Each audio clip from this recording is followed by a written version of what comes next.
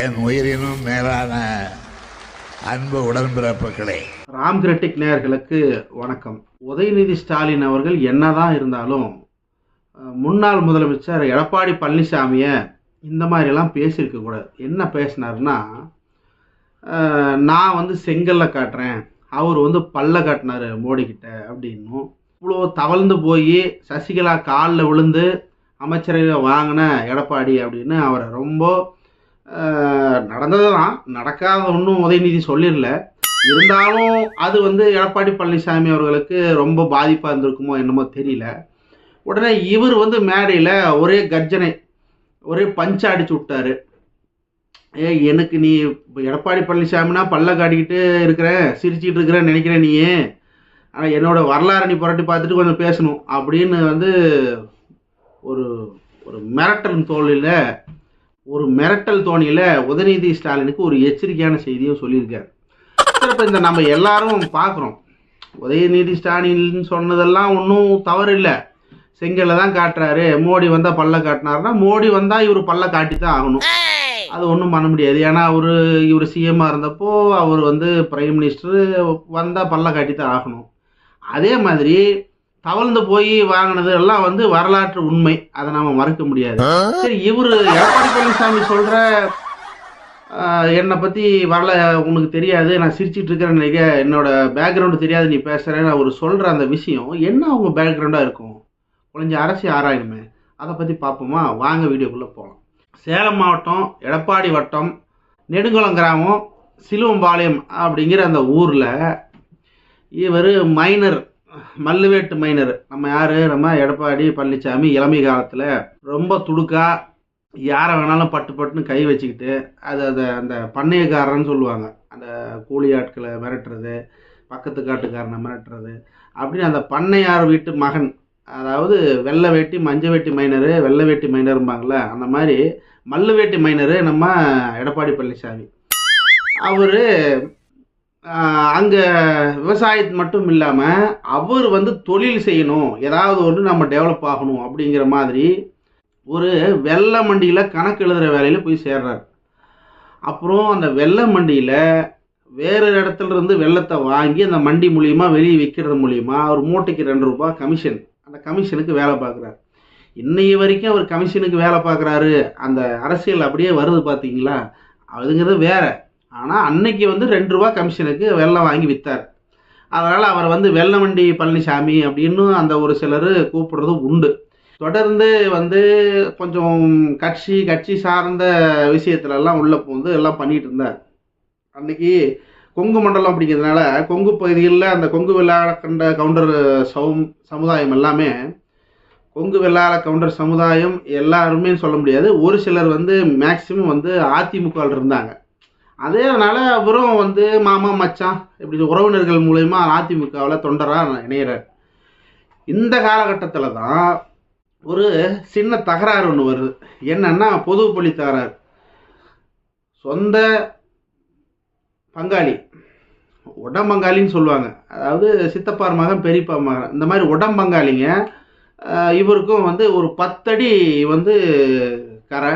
அந்த கரை எனக்கு சேரணுமா உனக்கு சேரணுமா, இதுதான் பிரச்சனை. சரி, இந்த 10 அடிக்கு ஒரு போட்டி அப்படின்னா சிட்டிலலாம் 1 அடிக்கு சண்டை பண்ணுவாங்க.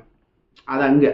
இங்கே 10 அடி பெருசு தானே அப்படின்னு சிட்டியில் இருக்கிறவங்க நினைக்கலாம். இங்கே 10 அடிங்கிறது ஒரு பெருசு கிடையாது. ஏன்னா ஒவ்வொருத்தனும் 60 ஏக்கர் 70 ஏக்கர் நிலம் வச்சுட்டு இருக்கிற போது 10 அடிங்கிறது பெரிய விஷயம் கிடையாது. அந்த சின்ன விஷயத்துக்கே கோவப்பட்டு கோஷ்டி மோதல், அவங்க ஒரு டீமு இவங்க ஒரு டீமு, அப்படி கோஷ்டி மோதல்ல 3 பேரை கொலை பண்ணிடுறாங்க. யார்? எடப்பாடி பழனிசாமியோட டீமு, அவங்களுடைய பங்காளிகள் டீமில் 3 பேரை ஈட்டியையும் கடப்பாரிகளையும் வச்சு 3 பேரை கொன்னுட்டாங்க. இது என்னடா அது ஆதாரம் இல்லாத நீ எடப்பாடி பழனிசாமி கொலகாரன்னு சொல்கிறேன் அப்படின்னா கிடையாது. விகடன் பத்திரிகையில் மந்திரி தந்திரி அப்படிங்கிற ஒரு ஆர்டிக்கிள் ஒன்று இருக்குது. நீங்கள் வேணும்னா நான் உங்களுக்கு ஸ்க்ரீன்லேயும் போடுறேன். இதே ஆர்டிக்கிளை நான் உங்களுக்கு லிங்க்கு என்னோட டிஸ்கிரிப்ஷன் லிங்க்கில் கொடுக்குறேன். நீங்கள் அங்கே வேணால் கிளிக் பண்ணி அது எங்கே படிச்சும் பார்த்துக்கலாம். அதை பேஸ் பண்ணி தான் நாம் இந்த வீடியோவை பேசுகிறோம். அப்படி இல்லை அது நீங்கள் மறுப்பு தெரிவிக்கிறீங்க, கிடையாது அது கிடையாதுன்னா நீங்கள் விகடன் பத்திரிகை மேலே தான் நீங்கள் வழக்கு போடணும். ஏன்னா நாம் அங்கிருந்து தான் சோர்ஸ் எடுத்து பேசுகிறோம். இப்படி கொலையை பண்ணிட்டு இவர் தலைமறைவாயிடுறாரு மேற்கு தொடர்ச்சி மலைகளில்.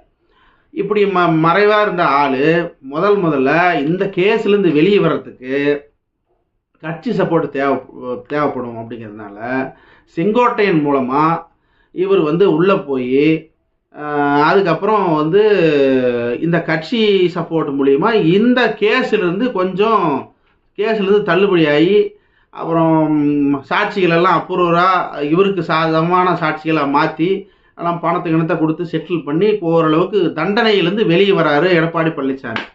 அதுக்கப்புறம் 91ல் இவருக்கு முதல்ல சீட்டு கொடுக்கப்படுது எலெக்ஷன் நிற்கிறது. வெற்றியும் பெறார்.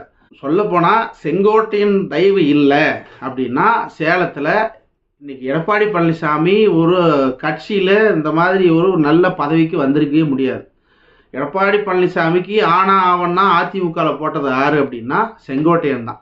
ஆனால் அவருக்கே அவர் துரோகம் பண்ணார். முதல்ல பங்காளி குடும்பத்துக்கு ஒரு துரோகம், ரெண்டாவது செங்கோட்டையனுக்கு ஒரு துரோகம். செங்கோட்டையன் தான் அடுத்த ஜெயலலிதா அம்மாவுக்கு அப்புறமா அதிமுகவுக்கு தலைமையாக இருந்திருக்கணும். அது ஒரு துரோகம் நடந்தது. நம்ம அதை பற்றியும் வருவோம், பின்னாடி வர்றேன். ஏன் செங்கோட்டையன் அப்படின்னா எம்ஜிஆர் காலத்திலேருந்தே செங்கோட்டையன் அவர்கள் எம்ஜிஆருடைய அமைச்சரவையில் இருந்த ஆள் செங்கோட்டையன். ரொம்ப பழமையான ஆள், ரொம்ப அனுபவம் மிக்க அரசியல்வாதி அதிமுகவில். சரி, இப்போ அதை விட்டுருவோம்.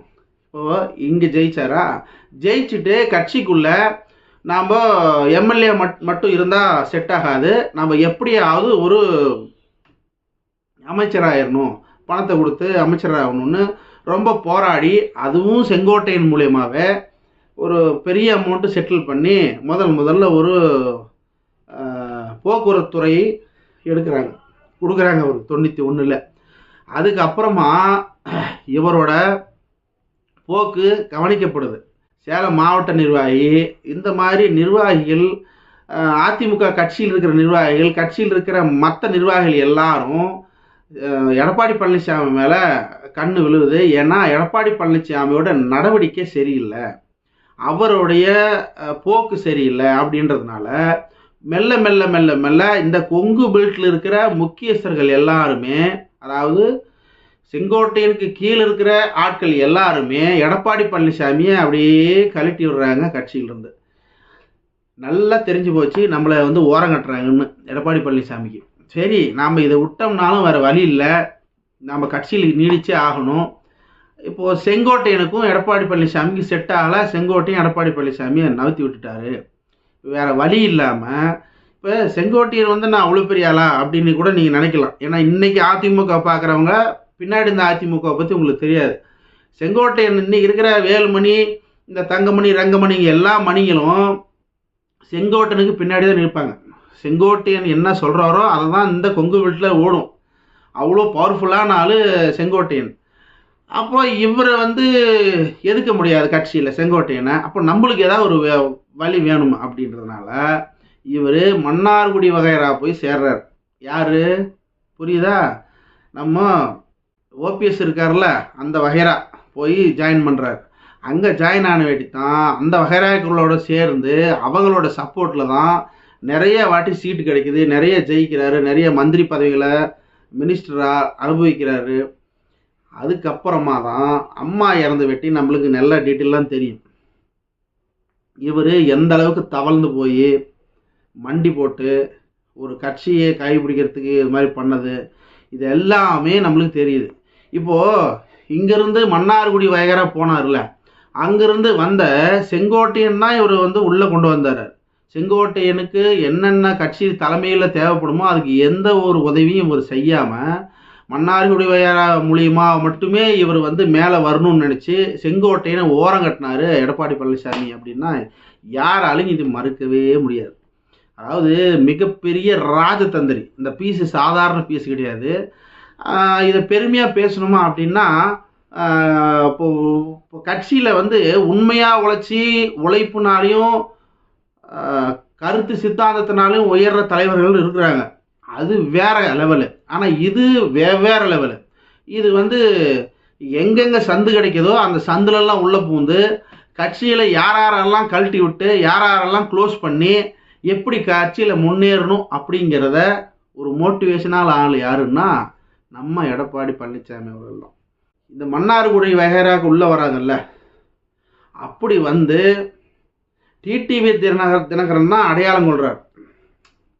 நம்மக்கிட்டே இருக்கான் ரொம்ப வருஷமா, நாம் கொடுக்குற சீட்டில் தானே நிற்கிறான், நாம் என்ன சொல்கிறாருன்னு கேட்குறாரு அப்படிங்கிற மாதிரி டிடிவி தினகரன் வந்து இவர் வந்து மன்னார்குடி வகைராகவே ஜாயின் ஆகிட்டார்ல. அப்போ ஏற்கனவே இங்கே செங்கோட்டையனுக்கு துரோகம் பண்ணிட்டு அதுக்கு முன்னாடி பங்காளிகளுக்கு துரோகம் பண்ணின ஆள் அப்படிங்கிறது தினகரனுக்கு தெரியல. ஸோ பன்னீர்செல்வம் ஜெயலலிதாவோட கை காட்டப்பட்ட ஆள், பன்னீர்செல்வத்தை வந்து முதலமைச்சராக விட்டால் நம்மளை பொழைக்க விட மாட்டார். ஸோ அதனால் பன்னீர்செல்வத்தை தவிர இன்னொரு ஆள் உட்கார வைக்கணும் அப்படின்னு முடிவு பண்ணுறாங்க சசிகலா.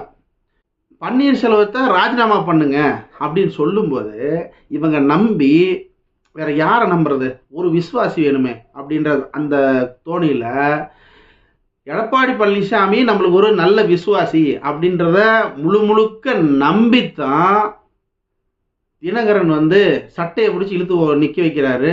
இந்த பார் இவருக்கு கொடு சிஎம்மா, இப்போ வந்து நம்மளுக்கு அடிப்படைஞ்சு நம்ம என்ன சொல்கிறோமோ அதை கேட்டுட்டு இருப்பான், அதனால் இவருக்கு கொடுங்க அப்படின்னு சொன்னதே தினகரன் தான்.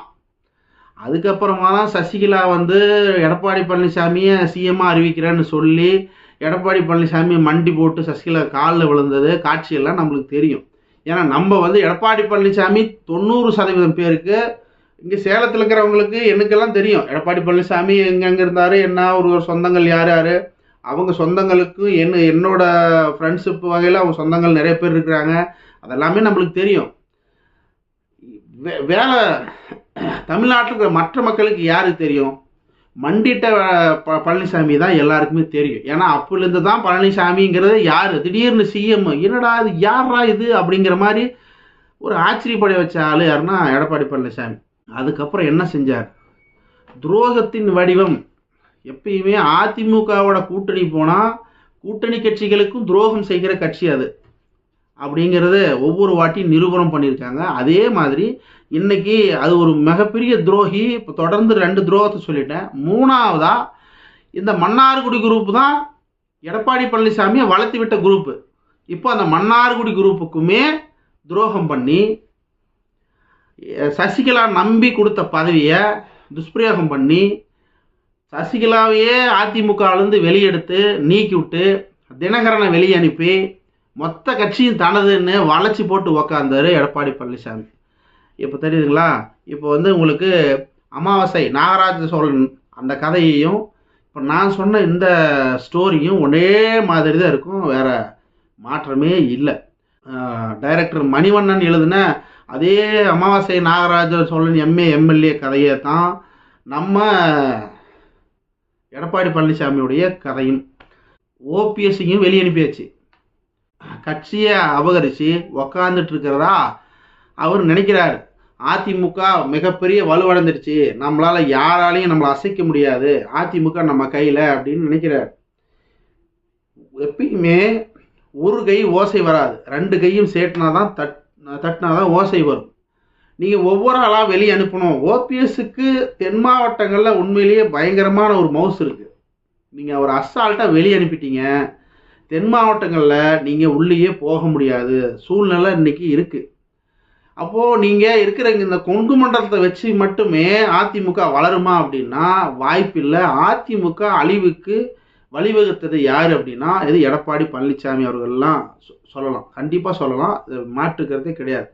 இப்போ 2 பேரும் இணைஞ்சு ஒத்துமையாக அம்மா விட்டுட்டு போன கட்சியை ஒழுக்கமாக நடத்தி வாக்கு சதவீதத்தை நீங்கள் காட்டி நாங்களும் பவர்ஃபுல்லான ஆளுங்க அப்படின்னு நீங்கள் காட்டினீங்கன்னா அதுதான் உங்கள் கட்சிக்கும் உங்கள் எம்ஜிஆருக்கும் உங்கள் ஜெயலலிதா அம்மாவுக்கும் நீங்கள் செய்கிற ஒரு நல்ல விஷயம்.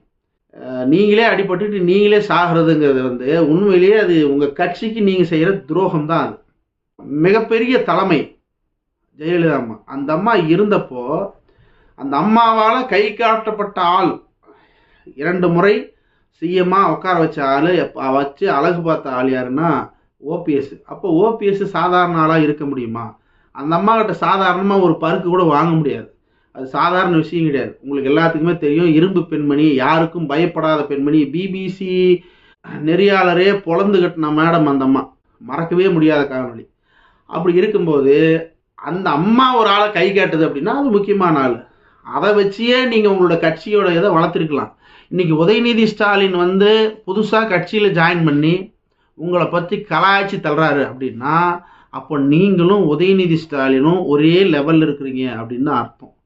உங்களுடைய தரத்தை நீங்களே குறைச்சிட்டீங்க. எதிர்கட்சி தலைவர் தான், உங்களுக்கான மரியாதை கொடுக்கணும் தான். ஆனால் நீங்கள் நடந்துக்கிற செய்கைகள் எல்லாமே உதயநிதி ஸ்டாலின் உங்களுக்கு கேவலமாக கிண்டல் பண்ணுற அளவுக்கு நீங்கள் நடந்துக்கிட்டீங்க அப்படின்னு தான் நம்மளுடைய கருத்து. அடுத்து ஒரு நல்ல பதிவுடன் சந்திக்கிறேன். நன்றி.